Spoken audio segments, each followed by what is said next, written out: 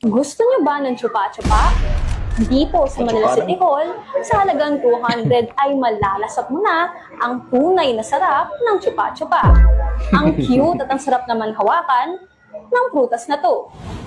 Pil na Pag mag-report. sinabing chupa-chupa, dito na agad kayo pumunta sa kartilya ng Katipunan sa Maynila.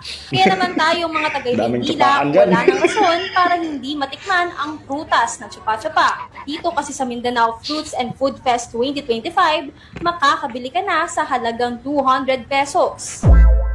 Medyo mahal, no? May nagko-comment dito. Ito, sa kanya daw libre lang. Gagawin bang Mga iba kapatid, yun? itong chupa-chupa, brown-brown, bilugan at sakto sa palad Brown-brown at daw. mabubok. Pero iwas-iwasan daw na pisilin dahil baka mawala ang tamis kapag Akala ko bilugan. puputol. At mamaya titignan natin kung ano nga ba ang lasa nito.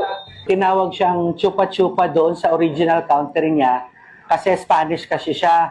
Tapos, kailangan Tara-tara kasi niyang siyang dito tumawa. sipsipin at yung tamis at saka yung juice. Para kasi makuha ang matamis na katas, kailangan din sipsipin itong chupa-chupa. At unang sipsip agad, naku po, ang katas ay sarap na tunay.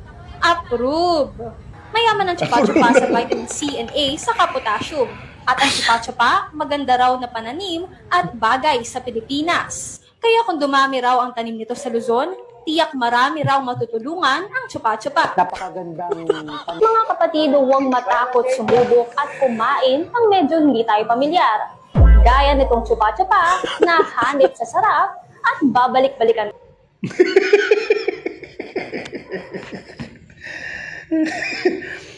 Tangina na prutas to mo. Kahit pati prutas. O ano? Pag gusto nyo tsumupa, no? Bili na kayo.